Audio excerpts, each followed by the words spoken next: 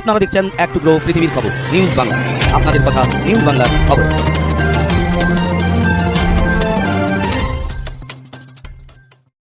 ওই ঘটনায় 3 জনের মৃত্যু হয়েছে। উদ্বিগ্ন বিজেপি 355 ধারা জারির দাবি করছে, আর শাসক দল কোনো উপায় না পেয়ে বিরোধীদের দিকেই সুন্দর করে দোষটা ফেলে দেওয়ার চেষ্টা করছে।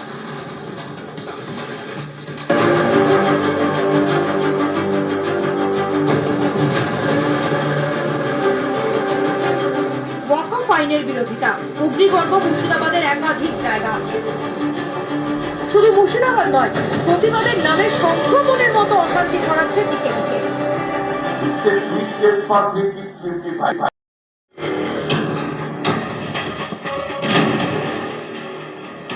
মুর্শিদাবাদে এবার আক্রান্ত বিএসএফ। দ্রুত এলাকায় মোতায়েন করা হচ্ছে কেন্দ্রীয় বাহিনী। এই মুহূর্তে দেখতে পাচ্ছি বিএসএফ জওয়ানরা